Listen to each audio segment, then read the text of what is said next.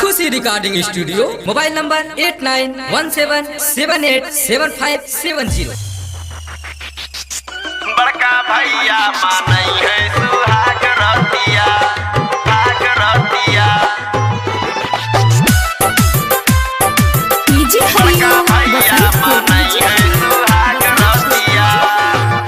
अइहे सेहरा सजा के हमार साथिया, हमार साथिया, हमार साथिया। अइहे सेहरा सजा के हमार साथिया। बड़का भैया मानई है सुहाग रतिया, बड़का भैया मानई है सुहाग रतिया।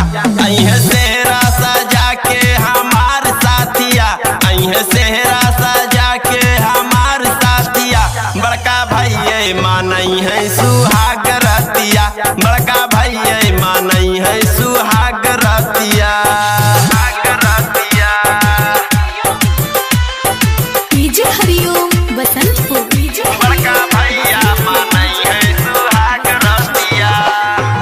गोंडा बस्ती से आइल बारतिया हो, बारतिया हो।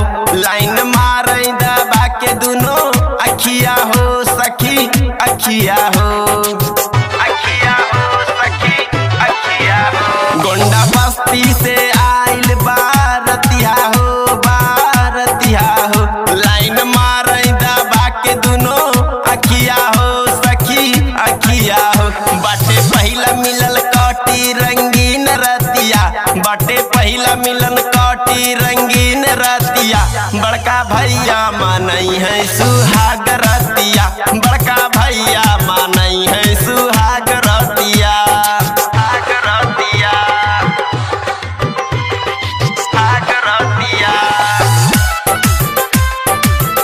हरिओम बड़का भैया मानई है सुहाग रतिया। संदीप मुकेश राकेश तीनों भाई हो, तीनों भाई हो।